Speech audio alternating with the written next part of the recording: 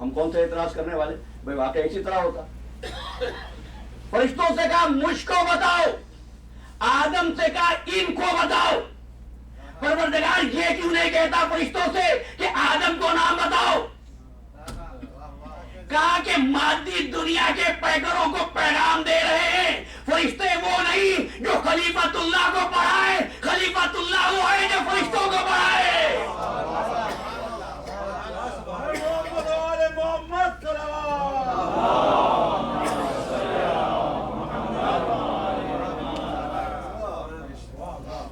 فرشتوں نے کہا ان کو بتاؤ. اور تبھی واپس آؤں گا, لیکن ایک بات اور سن لو. آدم نے بتانا شروع کیا, پروردگار تو محمود ہے, یہ محمد ہے. پروردگار تو علی الاعلیٰ ہے, یہ علی ہے. تو فاطر السماوات والارض ہے, یہ فاطمہ ہے. تو محسن ہے, یہ حسن ہے. تو قدیم الاحسان ہے, یہ حسین ہے.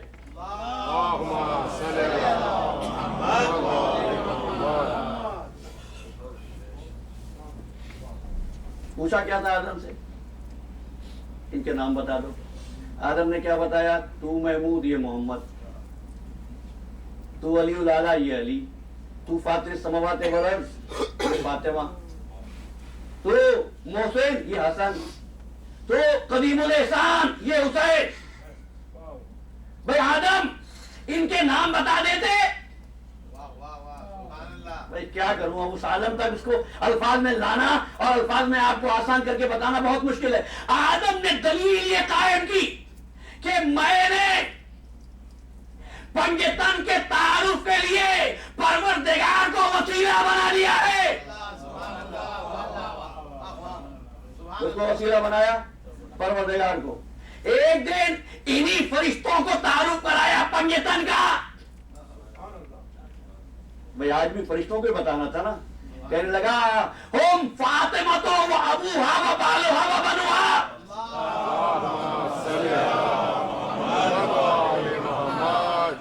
اب فقط ایک بات کا جواب دینا, آدم نے کس کو وسیلہ بنایا؟ پنجتن کا. پنجتن کے تعارف کا وسیلہ اللہ کو بنایا. اللہ نے کس کو بنایا؟ کوئی اگر اس جملے کو سمجھ سکے اور قلب کی لو پر نفس کر سکے, جو مرتبہ آدم کی نظر میں اللہ کا ہے, اللہ کی نظر میں فاطمہ زہرا کا ہے.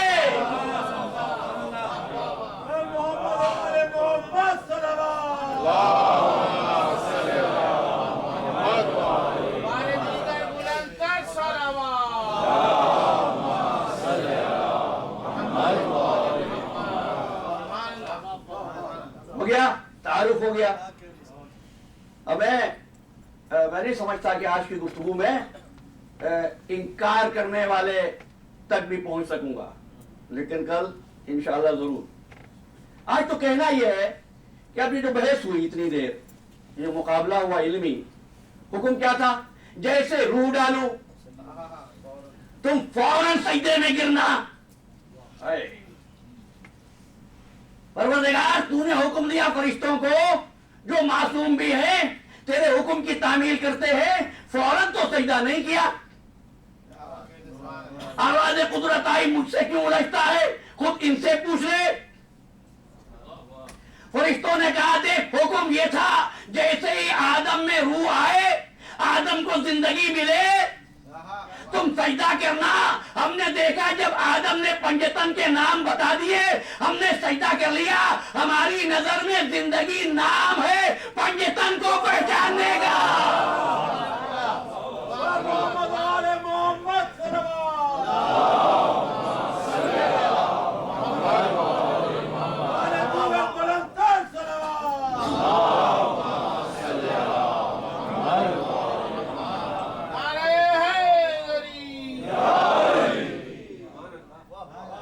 زندگی نام ہے پنجتن کو پہچاننے کا. جیسے ہی آدم نے پہچانا, آواز دی یا آدم اسکن انتا و زوجک الجنہ.